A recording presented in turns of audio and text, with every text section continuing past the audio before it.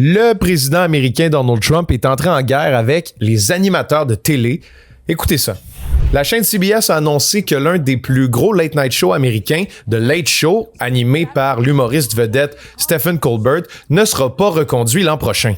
Next year will be our last season. The network will be ending The Late Show in May. Lors de sa première émission, suivant l'annonce de CBS, l'animateur Stephen Colbert n'a pas été tendre à l'égard du président américain Donald Trump.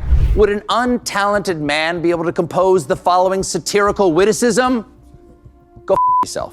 Pourquoi il s'est comporté comme ça? Eh bien, c'est parce qu'il reproche à la chaîne CBS d'avoir mis la clé sous la porte afin d'obtenir des faveurs de l'administration Trump. Il faut savoir que Paramount Media, vous savez la petite montagne là, qui est propriétaire de la chaîne CBS, a terminé des pourparlers avec la boîte de production Skydance Media, qui veut l'acheter pour 8 milliards de dollars américains.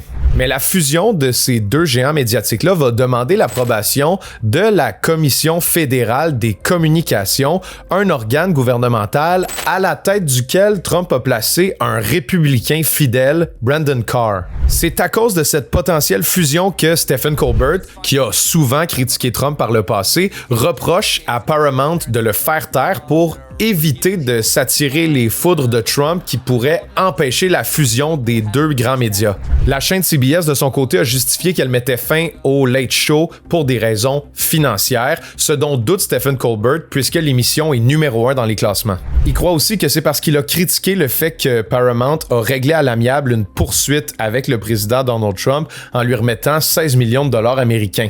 Now, I believe that this kind of complicated financial settlement with a sitting government official has a technical name in legal circles. It's big fat bribe. Dorénavant, Colbert affirme qu'il ne va plus se retenir de critiquer Donald Trump et l'animateur Jon Stewart, qui pilote l'émission de fin de soirée The Daily Show, a lui aussi apporté son soutien à Colbert. The shows that you now seek to cancel, censor, and control, a not insignificant portion of that $8 billion value came from those fucking shows.